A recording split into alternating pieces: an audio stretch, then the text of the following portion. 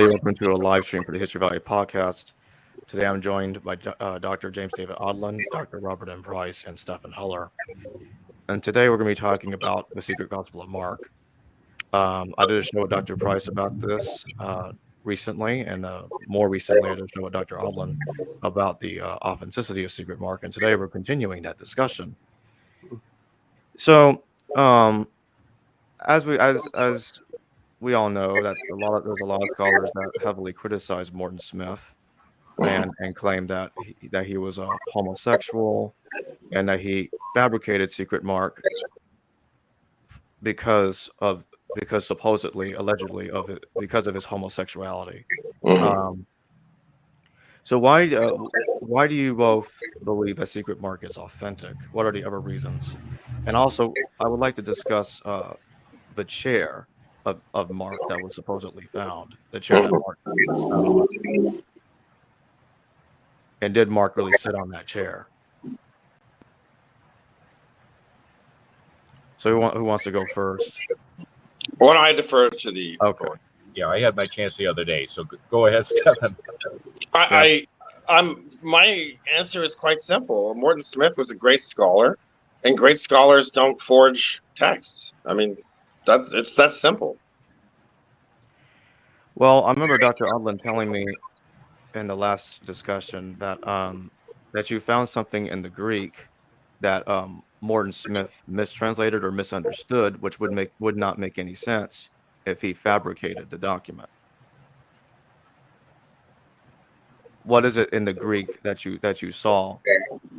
Now, let me pull that up here, because I think I misquoted myself the other day. Whoops, this is the chair. I'm going to various screens to find the information. Here we go. Let's see here. One thing I'm looking at is the way the Greek is parsed, and there are suggestions of a feminine presence, and I believe that the individual who is discussed as spending the night with Jesus is female.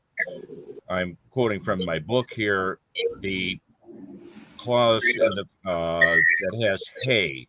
For those who don't know, "he" is the feminine definite article in Koine Greek, so it suggests she.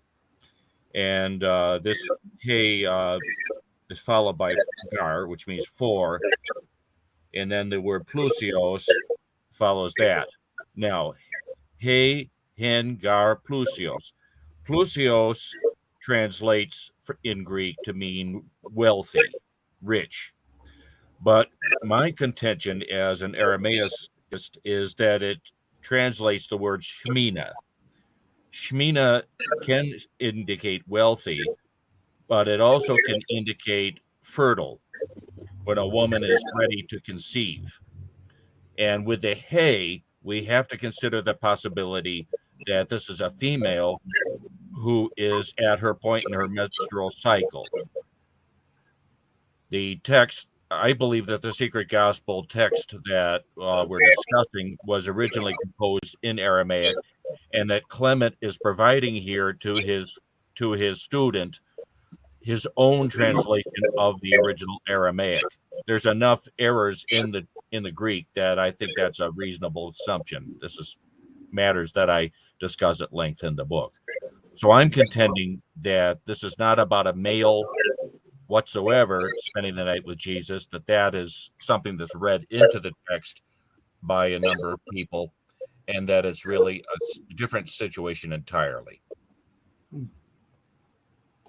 Tell us the title of this book, since a lot of people are probably as ignorant as I am. Yes, I'm working on the third, and I hope and pray the final edition. This is my restoration of the Gospel of John. The title will be The Gospel of John, restored and translated.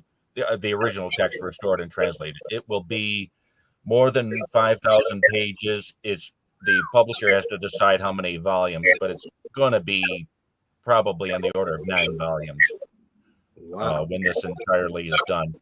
The reason for the length is because I'm relying a great deal on Galilean Aramaic texts that were discovered in the late 19th century, but never really studied by anyone. So it's fallen to me to read these with care. The Galilean Aramaic dialect is not at all studied. There is no dictionary, there's no grammar available. So I've had for years to work out for myself how to read Galilean Aramaic, because these texts of the Gospel of John have a number of passages that are considerably early sounding, and I believe represent something close to the Ur text. When we deal with the secret Gospel of Mark, I notice a lot of parallels between what Clement provides us and what I'm finding in these Galilean Aramaic texts. So that's my interest in the secret Gospel. Fascinating.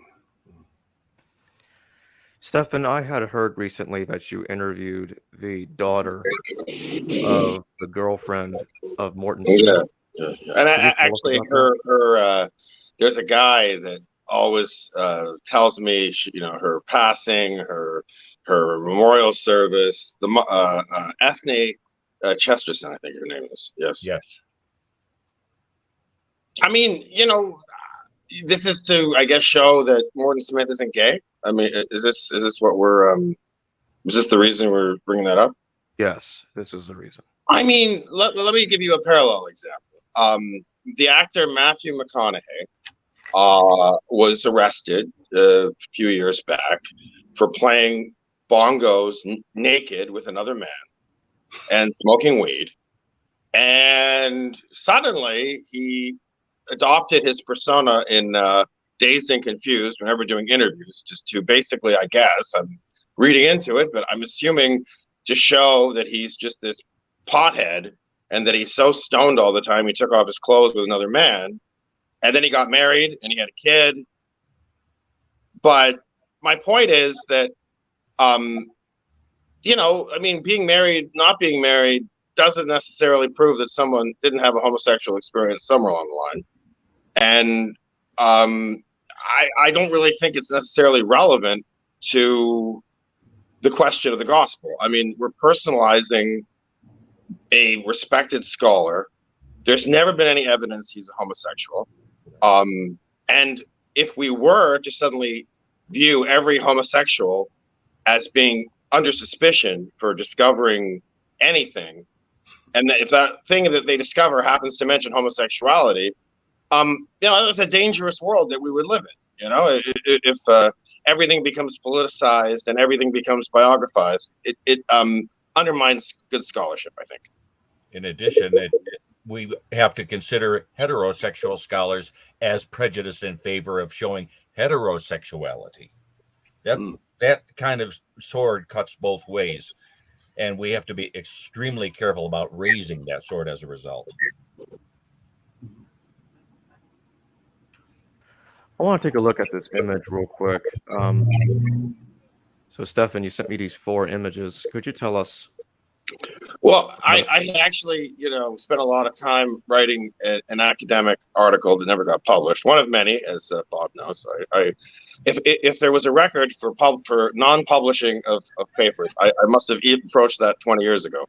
But I wrote this paper because I went through the text of the letter of Theodore, and I noticed something that only Stephen Carlson noticed, which is that Morton Smith gets things wrong. So this is a very complex issue, but I'm assuming your readership know what nomina sacra are. That in early Christian documents, principally 4 nouns are abbreviated in with an overbar, and they usually it's what you would expect in a Christian document.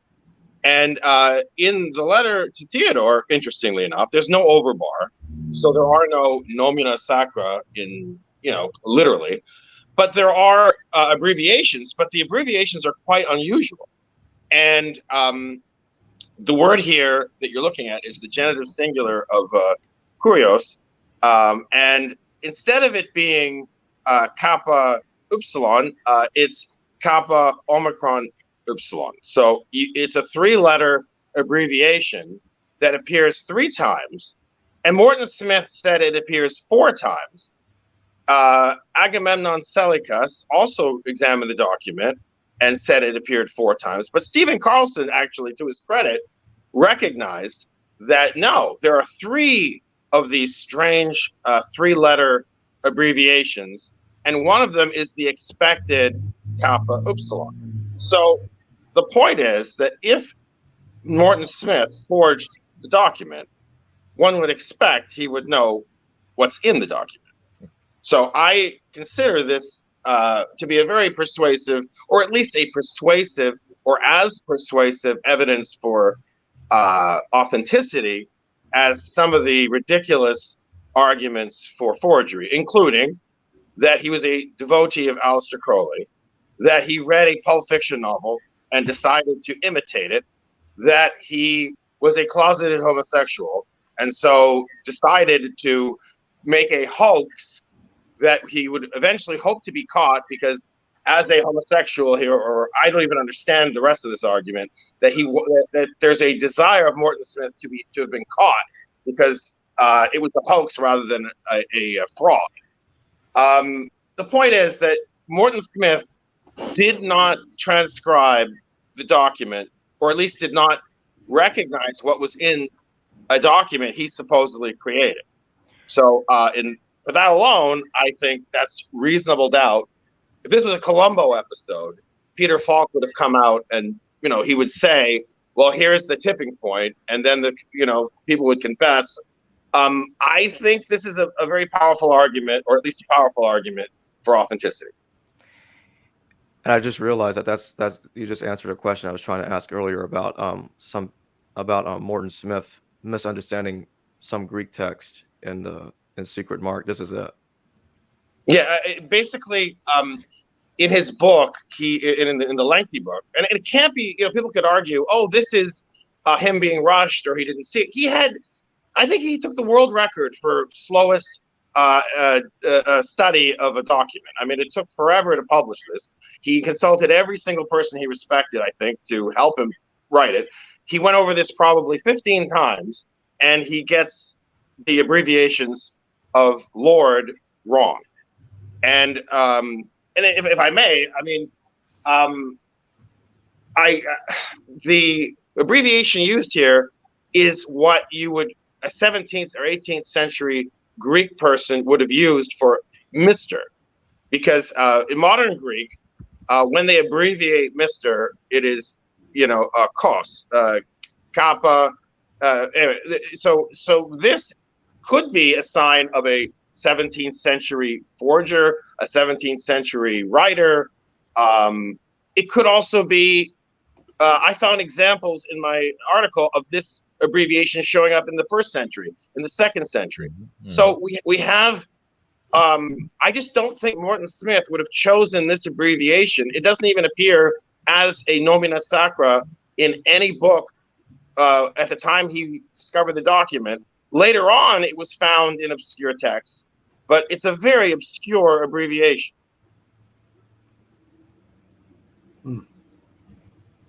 There's also the graphological analysis that every evidence that we have of Morton Smith's Greek handwriting is not at all like this 18th century handwriting. That is a highly specialized kind of handwriting that Smith probably had not even the least ability to imitate. I'm sorry, I don't have the Finnish name in front of me. I have it on my screen. A Finnish scholar, a graphologist, concluded that this could not possibly have been forged by Smith. Timo Paananen, and I'm sorry for butchering the Finnish. In his doctoral dissertation, there's no forger's primer. It shows a kind of style of writing.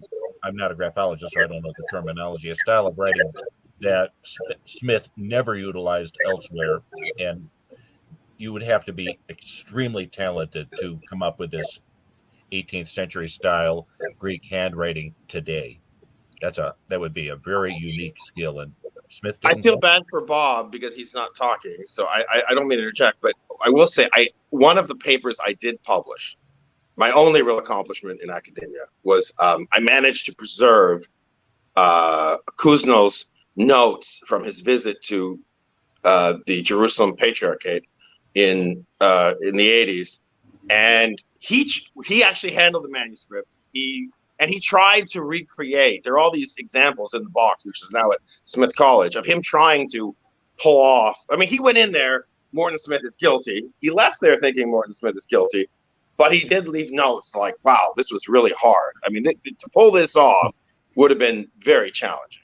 So he still was convinced that Morton Smith was guilty, but there are these paper notes of him, I guess, being there with line paper, trying to imitate what it would be like to do a 17th century handwriting, and basically getting very frustrated. So I just didn't mean to interject, but I thought that was important. Let's hear from Why would he have been trying to imitate it? Do you have any idea?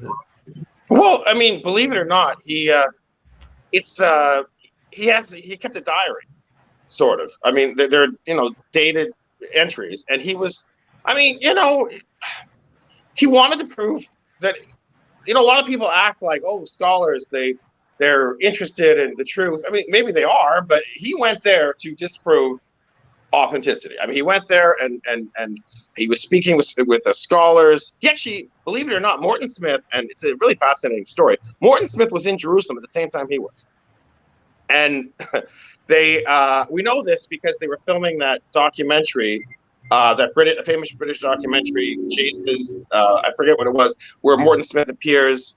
Well, Morton Smith was there to film the documentary. Kuznel was there to meet with the Patriarchate to get to examine the document. Smith thought the document was still at Marsaba and was banging on the door, and the monks there apparently were they didn't like him because they thought he was trying to build a name for himself. And who else was there? Custer was there. He was giving a lecture on Secret Mark, met with Smith. That's how we know Smith was there. I mean, sorry, we knew Smith was there with the documentary, but apparently in the height of interest, I guess, Kuznel, Custer, and a German Jewish scholar who's named Flusser, I believe, all had dinner together or lunch together, and Kuznel never told anybody why he was there. I mean, he was interested, I think, in Secret Mark, but he did not let people know that he was there to examine the document. The only reason we know that he was there was because he told someone immediately afterwards about it, and it was left as a footnote in a book. And Timo, who you mentioned, was interested in that, and he lived in Finland, and this is before WhatsApp. So he wanted to contact Kuznel, and I happen to live here, and I blow money. So I said, "Hey, what? I'll call you in Finland. I'll hook you up with Kuznel."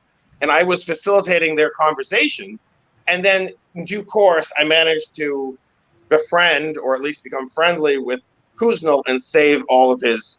And in the end, I proved that the photos that Hedrick produced, the color photos, were ones that Kuznel arranged to take. He paid the librarian to take photos of. So it's an interesting backstory that I was involved with, and I just thought I would mention that. Fascinating! Wow, this is why we remember Papias, that he supposedly gave a backstory that was shed some light on things. Oh, wow.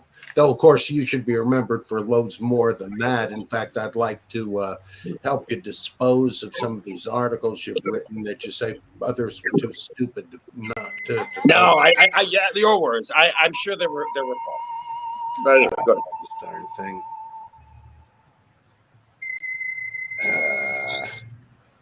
Sounds like Vincent Price is coming. Oh boy! Getting the word from on high. Yeah, I always call him Uncle Vince, though he wasn't, sadly. No. But I mean, okay, sorry, you haven't talked at all, Bob. So please say something.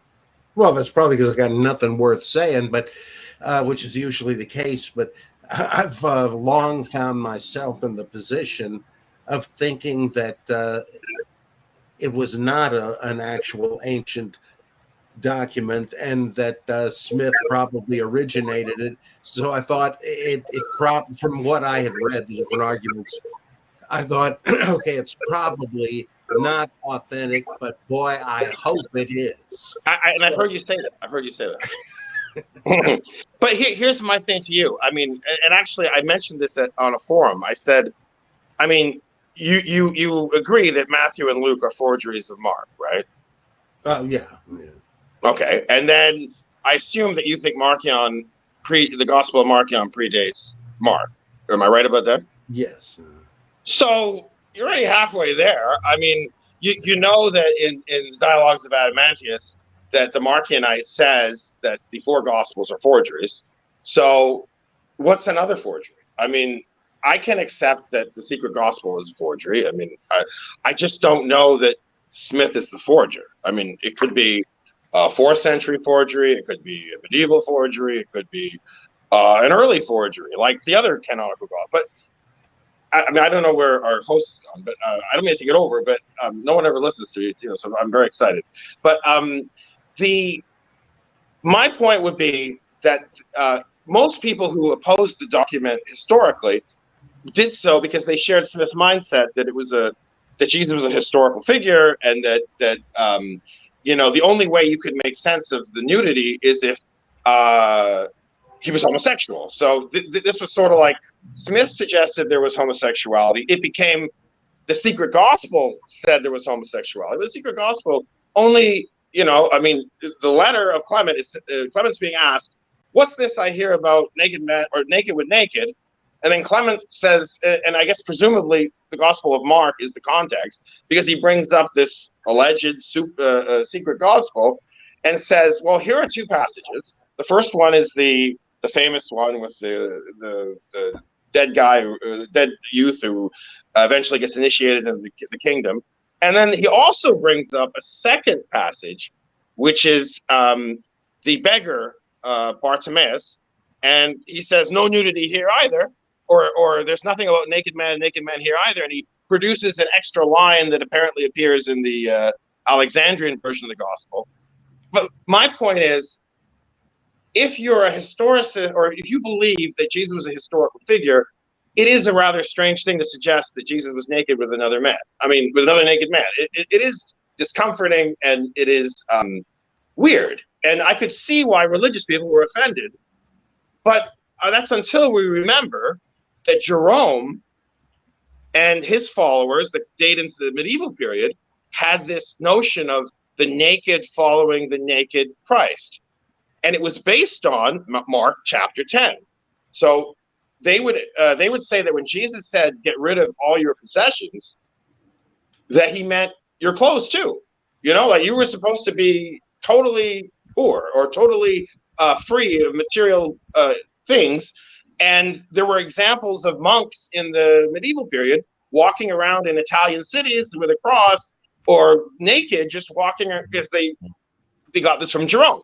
So my point is, again, I don't want to take up the show because it's not my show, and the people have much better things to say than I do. But if Jerome is an ancient source and he read Mark chapter 10 as featuring a naked following a naked Christ, it kind of sounds like the question that Clement's getting about naked and naked. And Clement then goes to Mark and says, well, there's this passage and no naked and naked here. And there's this other passage. There's no naked with the beggar. However, the beggar passage, what's interesting about it? Well, the beggar is healed from his sight, but Mark adds the detail that the beggar throws off his cloth. Now he's a beggar. Is he wearing layers of clothes? Does he have like slacks and a t-shirt? No, he's probably, he's poor. He throws off his robe, and people, I've read numerous studies of Mark that say, independent of the secret gospel, there's a lot of nudity in Mark. There's that scene. Then when Jesus enters into the Jerusalem, there's before he enters into Jerusalem, or sorry, when he enters in Jerusalem, there's the crowd that throw off their garments, just like the blind beggar, right? And he stands on top of all these, they're in his way as he's going into Jerusalem. And then that reminds me of the Gospel of Thomas that says you have to trample on your clothes, like, don't be afraid of being naked, basically. And then when there's the naked disciple that runs away. And then there's Melito of Sardis, who says that Jesus was crucified naked. And then there's the penultimate Markan idea of the empty tomb. Now, how does that all connect? Well, it connects because we're not bound to the idea that Jesus was a historical figure. We know, you and I, Bob, that Marcion thought that Jesus could pass through crowds, like could literally walk through people. We know that Barda, in his famous essay, thought Jesus could. The Diatessaron thought Jesus could fly in the same scene, and we know of many signs of supernatural ability for Jesus. So the empty tomb, for most people, is viewed as a miracle that God in heaven took the body of the historical Jesus and made it disappear. But it could also be read, and it's speculative, but from a mythicist point of view, that you're taking off all your clothes because you ultimately want to disappear. You don't want to have a material existence. And Jesus is showing the way by being locked inside of a tomb and having a stone in front of it. And so, it's a magic trick. He disappears. And I'm only saying that Mark has this strange obsession. And I think I can understand why people who believe in the historical Jesus don't read the nudity the way I'm reading it. But I think there is an argument that, there was a hope that you could be turned into a spiritual creature, and the church fathers actively attacked this point of view. Yeah. May I interject for a moment? We in the 21st century tend to associate nudity with sexuality. This is always the big issue in the movies. What rating can we let our children watch it because there's nudity?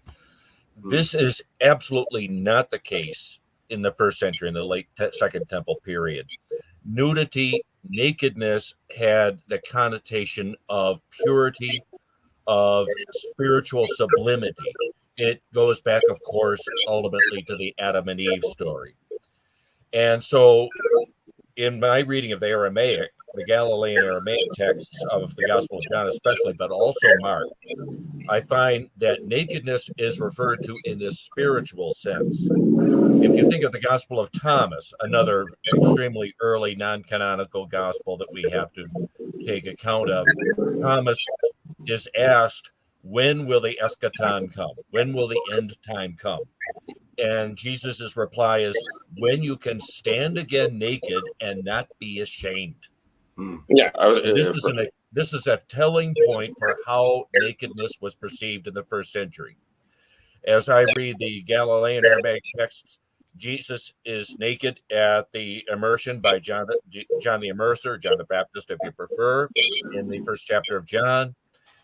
He is again naked on the cross, as was mentioned. He was also naked at the resurrection. It speaks very clearly, the text, that the garments that he had been put in, the burial garments he had put in, were left behind in the tomb. And unless he stopped off at the nearby haberdasher for new clothing, he didn't have anything on. But this is not to say that Jesus was being sexually active at the resurrection. I hope not. But nevertheless, what it tells us is that he was being spiritually lifted to a new level of meaning. That's the takeaway that we have to take from nakedness. And Morton Smith actually points this out, as I recall in a footnote in Jesus the Magician. He points out that the nakedness in the scene, as he reads it in the Seer Gospel, is referring to initiation, spiritual initiation. And indeed, in the early centuries, the Orthodox Christians did their immersions most often in water, running water, because Miyam Hayim is sacred, and they did it naked. And this was not for sexual activity. We in our 21st century mentalities need to get over that point and look at nakedness for what it means in the context, not read through our 21st century lenses.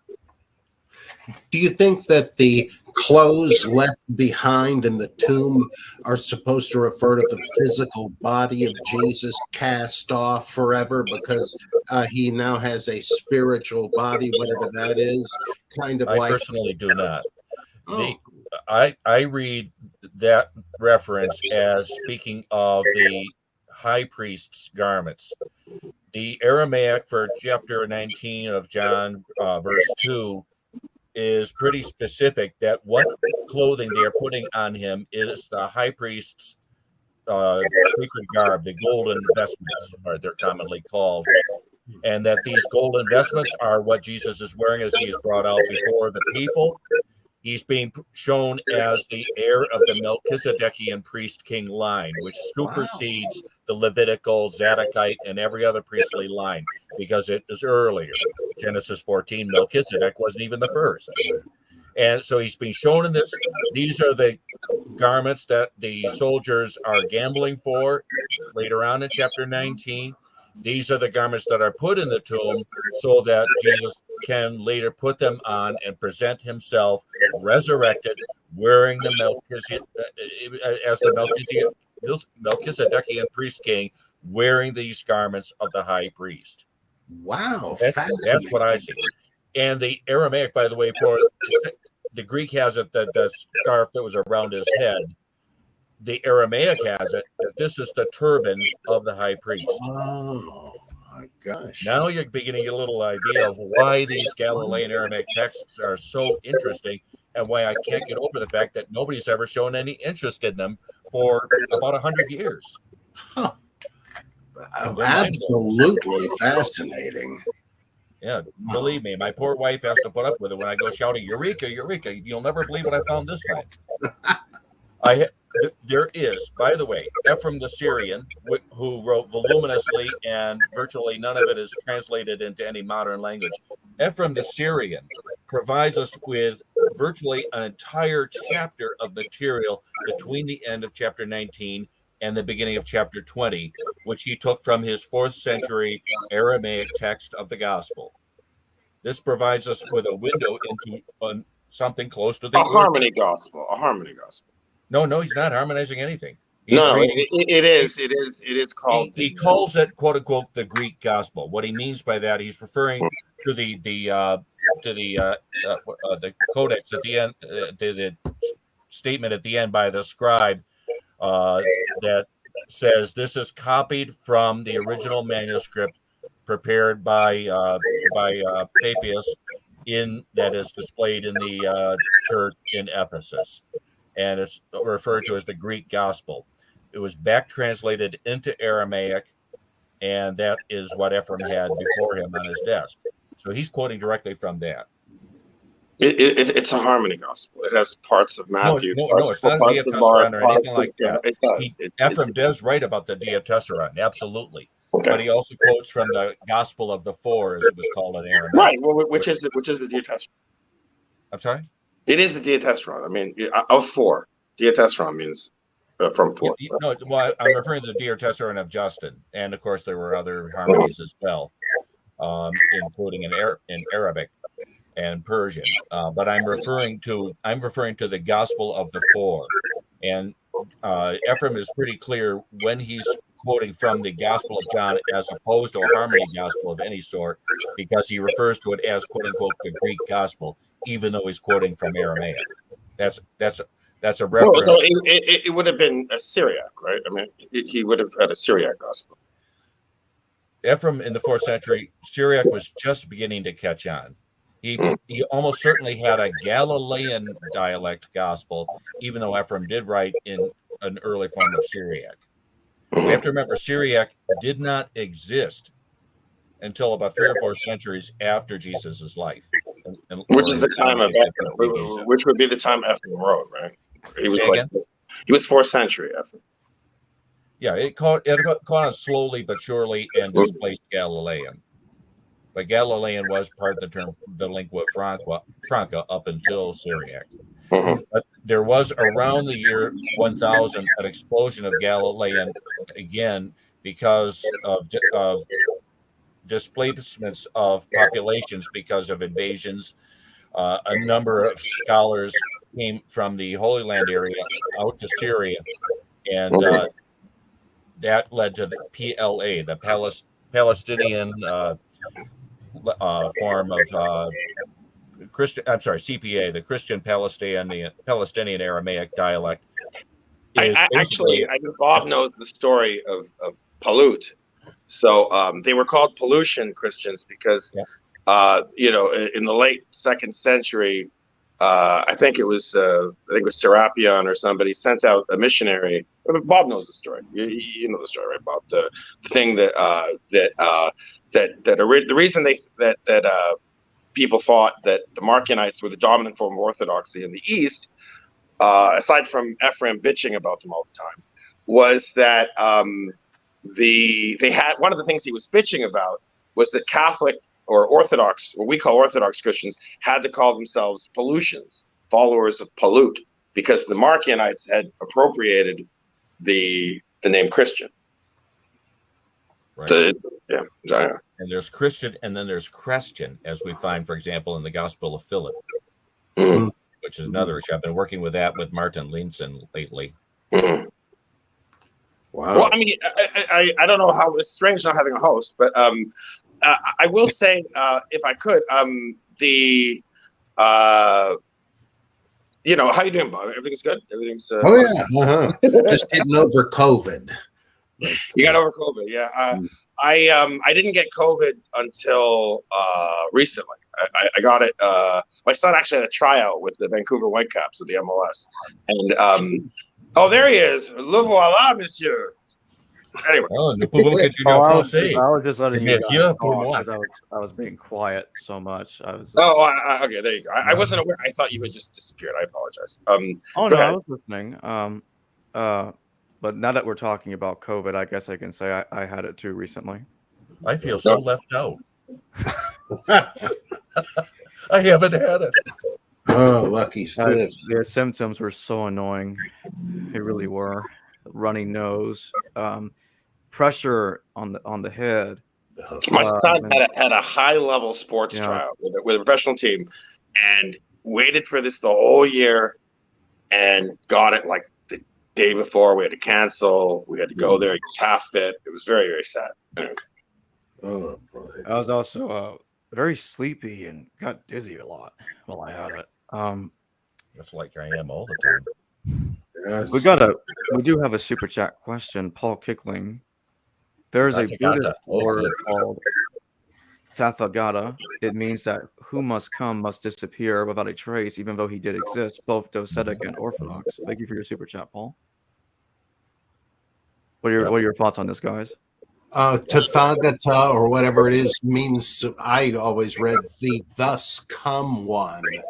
And it's kind of like the usage of the Son of Man in the Gospels. It's not exactly clear whether the Buddha is speaking of himself or someone else, probably himself. But the Docetism was widespread, and I imagine, in Buddhism, and I imagine it existed even in Theravada Buddhism, the earlier kind, supposedly, and because they were already close to saying the Buddha was a god. And it's interesting to see the parallels. They probably didn't borrow that from Christianity. It's just the logic of glorifying your savior or prophet or whatever. And as I read the essay by Philo of Alexandria, I read it that there was a Theravada community just north of Alexandria. That's my reading of the description. I'm in a minority on this point, but as a scholar of world religions, my field was world religions. I am quite sure that was a Theravada community, and I do believe that there is a certain amount of interpenetration of Theravada with early Christianity. Edward Kahns and others have beautifully documented how there were missionaries, Theravada missionaries, in pretty much all of the port cities in the Mediterranean, especially in the Eastern Mediterranean. Jesus had to go no farther than Caesarea to meet Buddhists. Yeah, I believe the Emperor Ashoka, whatever, sent missionaries to Egypt and Syria in the 2nd century BCE. And if you're going to be there, you're going to be in Palestine too, I assume. And Christian Lintner and Michael Lockwood have said that they think the Therapeutae simply were the Theravadins. Well, there's no V in Koine Greek, so they had to pronounce the V like a P. And there you get Therapeutae. And don't forget, there was a Jewish kingdom in India, in northwestern India. It was fading out around the late Second Temple period, but there was a great deal of connection between Judaism and Buddhism, which is only just now getting some serious study from scholars. About time. Yes, I'd say so too. I guess I don't feel quite as much of an outcast lunatic hearing things like that. No, push over on the bench. There's always room for me. I think if they found an ancient Jewish community in China, that would explain a lot of modern Jewish dietary habits. There was. I'm just saying it would explain their love of Chinese food. It was there was. Yeah. If any of you are beer drinkers and you know Qingdao beer, made in China. That was a Jewish family that moved to China. I'm not sure off the top of my head which century, but centuries ago. They're now Chinese. They're still Jewish, and they make Qingdao beer. Tsingtao. Qingdao. I've seen it. It's a terrific beer. We have another super chat from Paul Kickling again.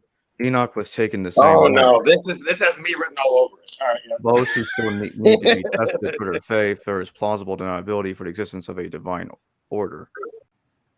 Well, no, you see, I mentioned this the last time I was on the show. There are 2 ways in Hebrew to say to disappear, and Enoch is the pastor of Enoch, and then in Daniel. We have the example of the Messiah who will be killed and will disappear. And I mentioned that I would have thought that there would be a church father somewhere who references the book of Daniel in terms of the empty tomb, but alas, there are none. So that was my interjection. Anyone else can say anything? Are you sure Morton Smith didn't have access to a rare document in which it said that? Just kidding. I mean, but that's the argument. The argument, because I happen to be in a forum where there are some really smart people. Like you have Andrew Criddle, who's a really smart guy, and you have Stephen Goranson, and you have a lot of these people who write about, and their argument is always also Ken Olson, and their argument is, well, if Morton Smith encountered or cited from Plato, that means he could have forged something that was Platonic in the letter. Or if he walked down the street and met, I mean, you can't just have an argument that whatever Morton Smith was capable of doing, he did. To me, he was a young scholar at the time. To jeopardize his career, exactly. For nothing. I mean, we're not talking. There is no real upside to this forgery. There's no money involved. There's no, I mean, do you want to be known as the gay gospel guy? If you're gay, like you really want to hang that out there that I'm advocating homosexuality in early Christianity. That's what you want to be known. He was stuck with this because he discovered it. Nobody wants to be that guy. And I can say that as somebody that comes up with all sorts of ideas, that sometimes you get an idea and you're like, do I really want to be known as the guy advocating for this? And unfortunately, he's the gay gospel guy forever. I mean, he wrote tons of books. He is, very well respected, had some interesting theories about early Judaism, but he'll always be the gay gospel guy. And do you think that's what he wanted? I don't. And further, as I point out continually, as a gay agenda discovery, quote unquote, it's a failure. Morton Smith hardly even mentions this scene, and when he does, he doesn't really dwell on any homosexual aspect. He's just mentioning it as part of a mystagogic experience, which is how Clement phrases it. And so, as if he was secretly trying to promote a gay agenda, he did a piss poor job of it. Yeah, this isn't what. So I think maybe I'm gay after all. Where can I have an mystical experience? That's the first thing you think. Yeah, stand up now, you'll get a toaster oven. Yeah. Or interestingly, I mentioned it. Well, he mentioned Ethne Chesterton, who was apparently dating Morton Smith, and a student. Her daughter was his student, and at Columbia. And another alleged affair I came across with a woman. I didn't want to bring it up because I don't like having to defend his sexuality because it's not pertinent to the discussion. But while we're on the subject, Lotte Gaster claims that Morton Smith was having, an affair with her mother. And people have told me, well, she's not, or she wasn't really mentally stable, and you can't believe everything she said. But her father was Theodore Gaster, and he's a famous Hebrew scholar. And he was, I don't know how interested people are in this, but what I learned through my research, as you can see, I have a lot of spare time, that the reason they had that fight at the SBL, and where he puts in the trash can Neusner's work, was, I was told, had a lot to do with Theodore Gaster, because Neusner was politically involved. He was a Reagan appointee for the NEA, and Gaster was dependent upon getting this money, and Neusner wanted to politicize, and there was, he would say, I don't want to have people that are degrading religion and the Bible, and Morton Smith was very upset with the way that Neusner was treating his friend Gaster. Where does all this lead? Well, Gaster ends up living he's married, he has a daughter, but he ends up living in an apartment with one of his male students.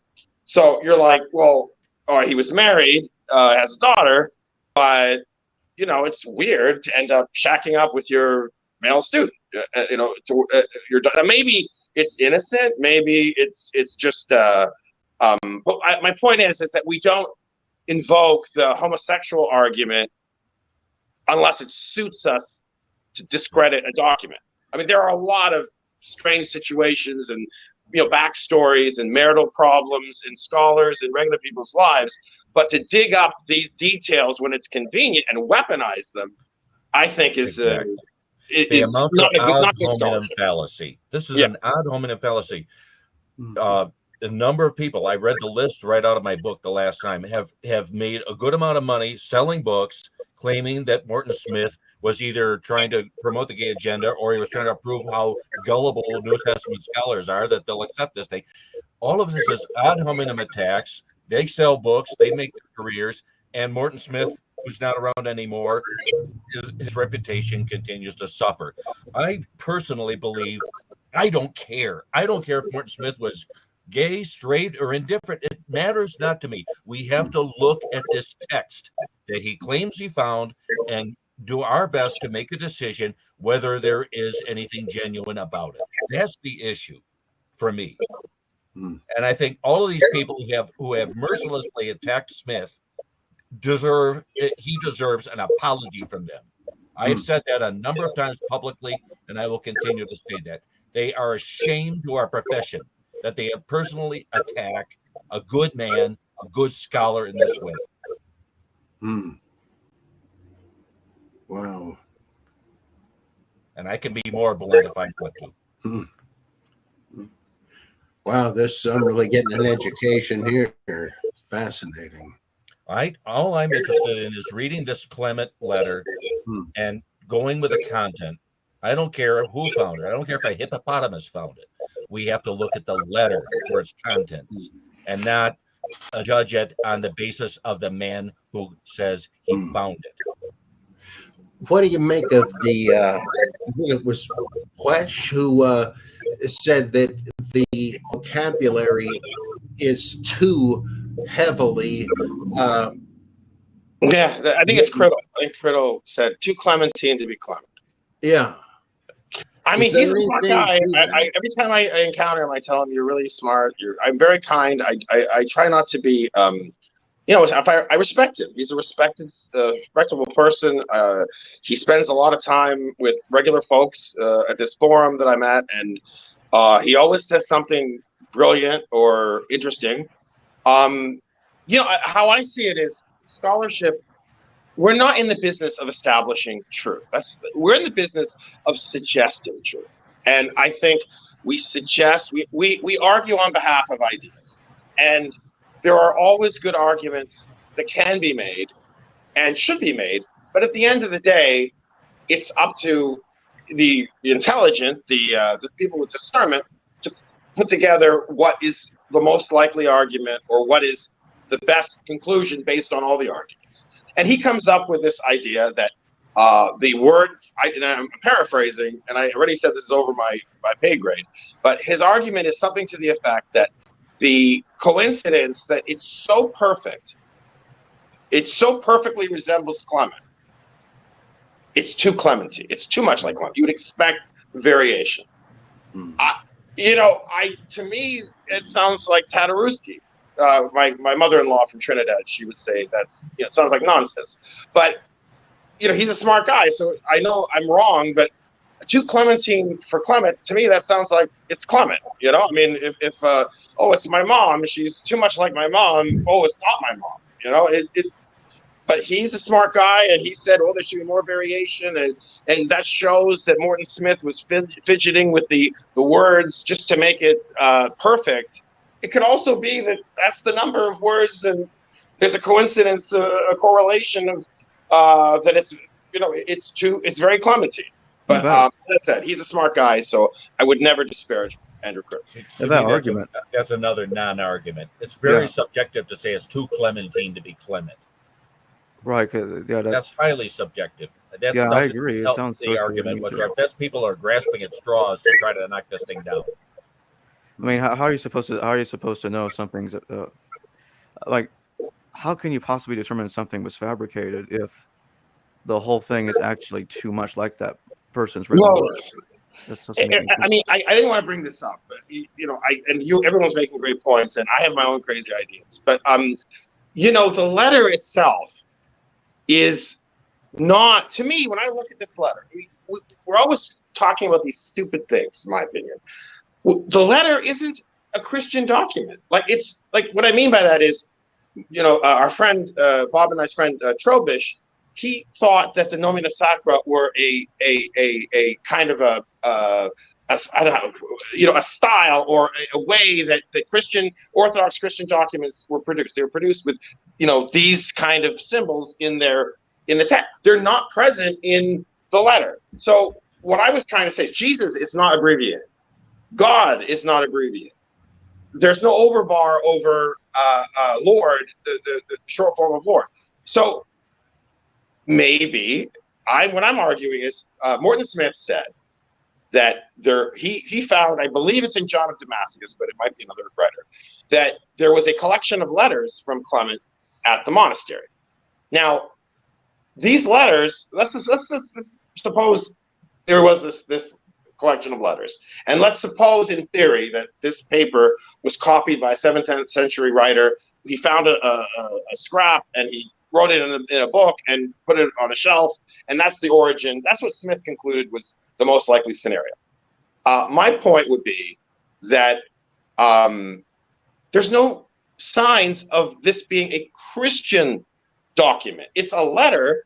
Maybe it's a personal correspondence. So, I mean, I know we have to kind of think about this, but when these church documents started having these abbreviations with the overbar and they look like church documents, and they had that style, they were already canonized. They were like the gospel. But would a collection of letters between a historical figure like Clement and random people, would they necessarily have the same detail given a quote unquote canonical text or a church father text? No, they would, he wouldn't. The question is, what's this I hear about naked man in the Gospel of Mark? It could have come from somebody that wasn't a Christian. And he's trying to explain to this person, who I think I know who this person is, but I won't get into that. But that letter wouldn't have all this Christian symbolism on it. It would have Jesus written out as Jesus. It would have had God written out as, because the person isn't a Christian. Yeah.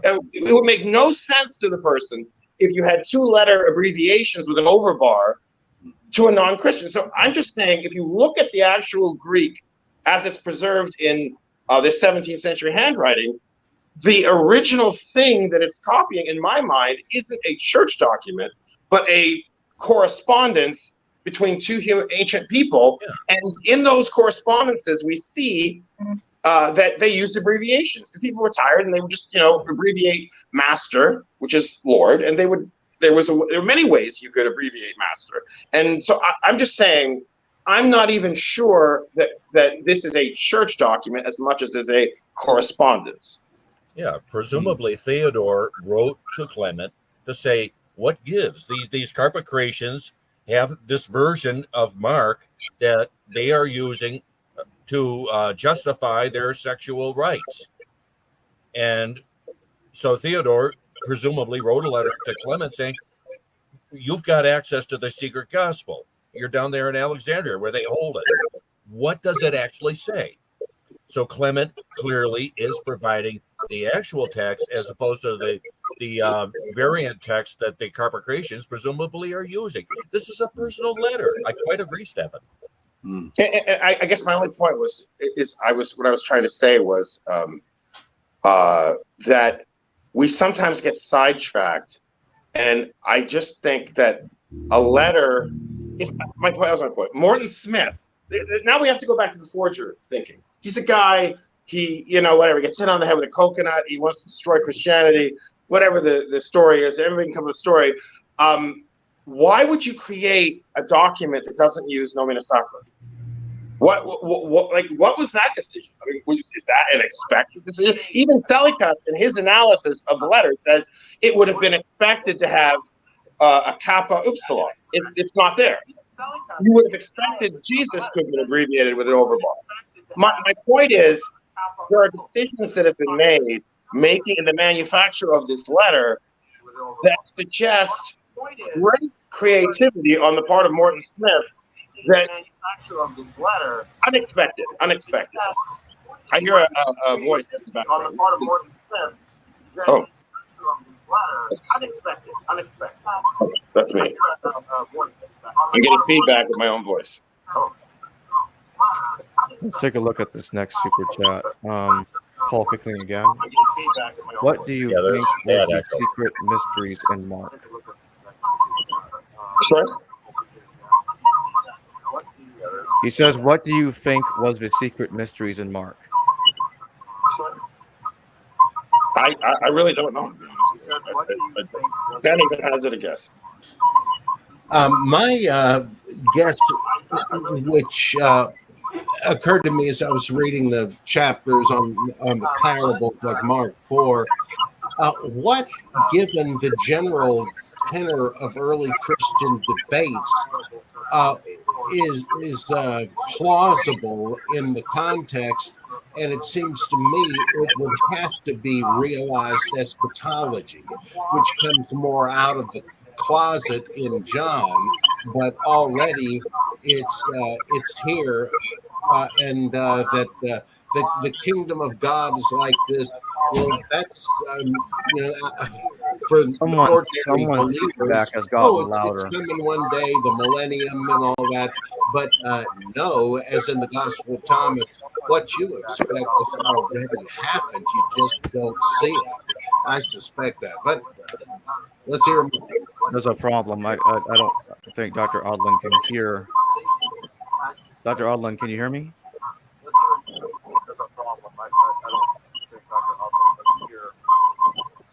Somebody's echoing really bad.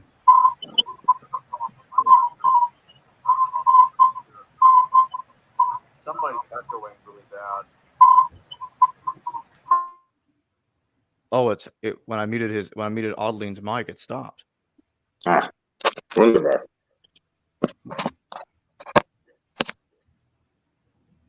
Hold on. Let's try to see if we can get this fixed real quick. Mm-hmm. Audlin, can you hear me? James Audlin? I can barely hear you. Okay. Okay, I guess we could continue like this. The echo seems to have stopped for now. So where were we just a moment ago? What were the mysteries that... what were the mysteries in Mark?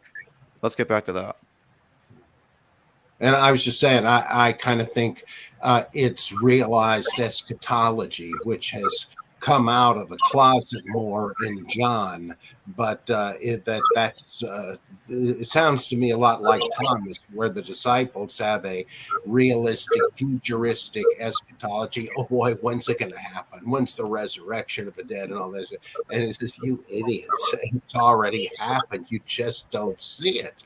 And I have a sneaking hunch it seems close enough to the same sort of setting that I suspect that's it. The kingdom of God is what you're entering now, especially if this was a baptismal rite that's being described. I don't think there's any secret mysteries in this Clement letter whatsoever. As I read the text in the context of the Galilean Aramaic John, Jesus took the Notzrim vow, according to Numbers, at the time that he was immersed in the Wadi Cherith by John the Immerser, and the year was about coming up at the time that Lazarus is being raised from his death. And what is going on here is that coming out of the vows, coming out of a period of celibacy, he will now ask his wife to be with him. And it's at that time, by the way, that John Mark is conceived by the text that I've been studying. So what I think is going on here is not secret mysteries. I think we're looking for them and we're seeing them what we want to see. But rather, I think it's simply saying that the year of the Notzrim vow is coming to an end. Jesus wants to consummate his marriage and conceive a child. And since John Mark is the author, is reputedly the author of the secret gospel, that would be a rather important event to him. So I think that's what's going on here. I don't think there's any secret mysteries or initiations at all. It's Jesus and his wife. I have a salacious possibility in case people like sordid details. But in Tertullian's Against the Valentians, at the end, there's a reference which seems to be to Marcus the Valentinian, that they had secret rites, and it involved eunuchs and seeming homosexuality, and kind of that there was he claims, Tertullian, that there was kind of like a ritual of what happened in the Pleroma, that there were all these angels and who were either I don't know if they were male or female, but there was this innuendo of a sexual union in the Pleroma, reenacting the pairing in the Pleroma. It does exist in Tertullian, this reference. The bridal chamber. Couldn't make that out. That'd be a reference to the Gnostic sacrament of the bridal chamber. Yeah, something like that. Yeah, it's that Gaius is mentioned, Marcus is mentioned, and they say, "Oh, Gaius, you look like a man. You have a beard." But the other people participating, they're all young and they're deflowering these aeonic, representatives. There's definitely a sexual innuendo in that. Wow. Boy. The vast ocean of early Christian material. It's in here. It's all in here. And nobody cares. Nobody wants to hear it. Well, I want to publish more of your stuff in the journal, definitely. Not worthy. I'm not worthy. Oh, no. Still groping in the dark, like the proverbial man with the elephant, mistaking the elephant for being all foot or all trunk. Anyway. Yeah, but those gropings are pretty fascinating. I know. Sometimes gropings are just gropings, though.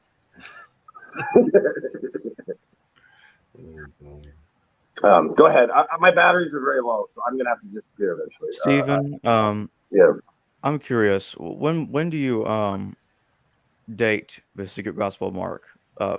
in your opinion? When would you place it? I have no idea, but probably before Clement, and I don't think it's a late medieval forgery. I don't think it's a forgery from the Eusebian era. I think Clement wrote the letter. This existed. It's a form of mark that's early, and but I also happen to think that Markion's gospel is related to Mark. So and as I was saying to Bob, I mean, Matthew is a forgery of Mark. Luke is a forgery of Mark. So it's one of many versions of Mark that existed in antiquity, and we have 3 of them, and we don't have at least 2 of them, possibly more. And as I said the other day, I'm of the opinion that it was written in the 50s. The Coptic Christian Church, with its very good records, has John Mark as assassinated in Alexandria in 62. So he would have been 32 years old at the time, and that puts the window, the exterminus, on when he could have written such a gospel. I find it very interesting that this material is Johannine in content, but quote unquote synoptic in style. And there's a number of other texts that are similar in this way. The Egerton Gospel leaps to mind for exactly the same thing. The Pericope Adulterae as well. It is Johannine in content, but synoptic in style. So I think these are clues for how John Mark had access to an early version of the Gospel of John, to which Papias refers when he says that this was taken by dictation. I think John Mark had access to these and included a certain amount of the material in his 3rd and final version of the Gospel, which is the one that Morton Smith calls the secret Gospel. That's where I'm coming from. Mm. I want to talk about the chair of Mark. Oh boy. Yeah. Did he really sit in that chair that was found? And I tried to find an image of it. Yeah, there are plenty of images of it. Yeah, but every time I looked it up, I kept getting the chair of Peter, not the chair of Mark. Unless it's the same chair. I've got images here on my computer, but I don't think I know of a way that I can share them with you right now in this Yeah, you had to send it to me through Messenger, and I can put it up here. Yeah, let me see if I can find it quickly. Okay. Yeah, I was interested in Stephan Huller's analysis of the text along the base of the chair, and I agree with pretty much with how he reads it, except for the first word, which I read as Aramaic, as basically meaning in Aramaic, supposedly, the chair of St. Mark. Let me see if I can find it for you quickly. Let's see, it's going to be in this file. I got too many things in here.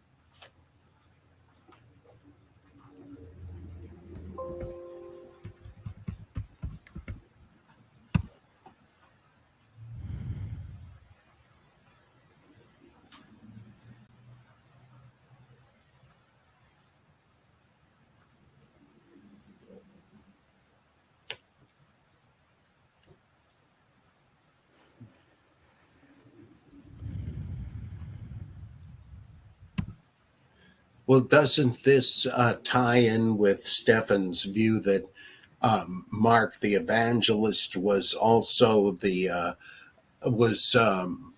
Marcus Agrippa II?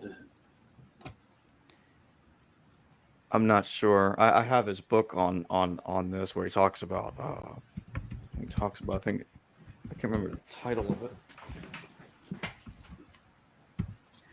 The Real Messiah. Yeah, that's it. Yeah, I have it right here. Yeah. Yeah, I've got one image I'll send you by messenger. Very good. Once I get it, it'll take me like seconds to get it to the PowerPoint, and Sure. I'll pull it up on the screen so we can all see it. This is a image of the entire chair, and let me see if I can find my image focusing on the text on the front of the chair. Now, I have my own view on the chair that it's really too small to serve as a chair for a human being unless you're an extremely emaciated midget. So I'm of the opinion that this was a quote-unquote reliquary, but not for saints' bones or anything like that, but rather for the secret Gospel of Mark itself. Huh. Wow. Okay, I got this image in the PowerPoint. Is the other one coming my way now? Here we go. Okay, I've got the image of the text. Let me get that off to you too. Okay, I get it. I got it. Okay. Putting it into the PowerPoint. I'm just going to put that in a different slide. Okay, there we go. All right, I just got to upload the slide to StreamYard.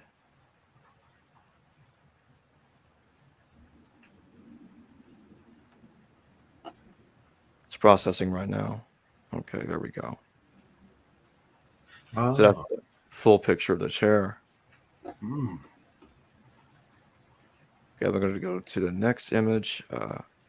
But yeah, I can see what you're talking about, Dr. Audlin. Yeah, you can see on the right side there, the viewer's right side, the compartment where something could be put, and I personally believe that is where the manuscript of the secret gospel was kept. Wow. Huh. Yep, there you go. Yeah, this is a barrel of fun. Stephan is right on the button because this is mostly Hebrew, but it's written left to right. It's obviously somebody, an Italian craftsman, no doubt, who simply looked up how to make A in Hebrew, B in Hebrew, C in Hebrew, and so on, and did his best to transliterate back into Hebrew. It's not done by somebody who knows anything about Hebrew, so it's actually written left to right, like most European languages, where, of course, as I'm sure everybody watching knows, Hebrew is written right to left. And I agree with Stephan's reading of it, except for the first word. How does he read it?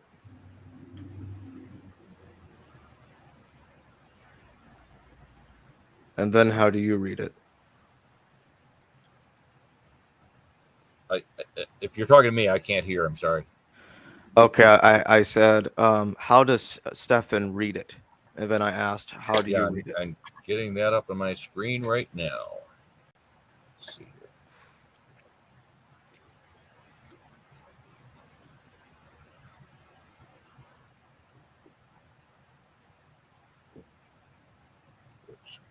See, I got this book is 5,000 pages long, so trying to find something quickly. Here we go. Here I got what we want. Okay, yeah, Stephan. Is correct me if I'm wrong, Stephan, but I have your translation of the Hebrew as Mark, Evangelist of Alexandria, and you read that first word, which is in our letters ASL, is meaning tamarisk, and you see it as connecting to the relief of a tree on the back of the chair. And Chopin sees it as a sycamore. I read that as an Aramaic word, which means reputedly, supposedly, such that in Latin this would have been throne dixit huelit Marcus Evangelista, which means the throne said to be of, or supposedly of, Mark the Evangelist of Alexandria. That's how I read it.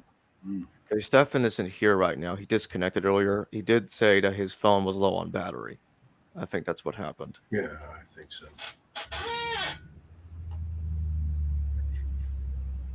So when do you think this chair was created, Dr. Audlin? My understanding, and I read a number of texts on this, Gabriel Chopin sees this as a recreated chair from the 6th century. And André Grabart, a French scholar who has done a great deal of research, sees this as a typical throne of the martyrs type of representational seat for apostles and major saints. And Arculf, the famous pilgrim traveler who went through the region at the end of the 6th century, says it was located over the sarcophagus containing John Mark's remains. Let's see, and Gabrielle Chopin sees it as reminiscent of funerary chairs. She sees it as definitely the work of work created in the 6th century. Stephan, my understanding is Stephan sees it as, as much earlier.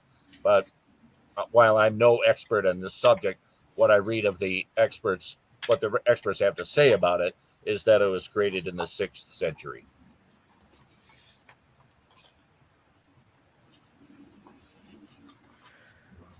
Well, I want to thank you both, and also Stephan. Stephan's not here right now, but I want to thank him too for joining me today. I think this has been a fascinating conversation. Yeah.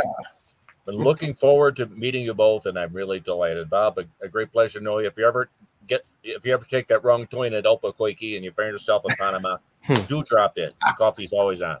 Thank you. I sure will. It's great to meet you. Yes, folks, I live in heaven. I live in rural Panama. Wow. I think Paul Most Kickling English again. I've spoken in months. Paul Kickling, thank you for your super chat questions. I thank everybody else for participating in the live chat, and I'll see all you later.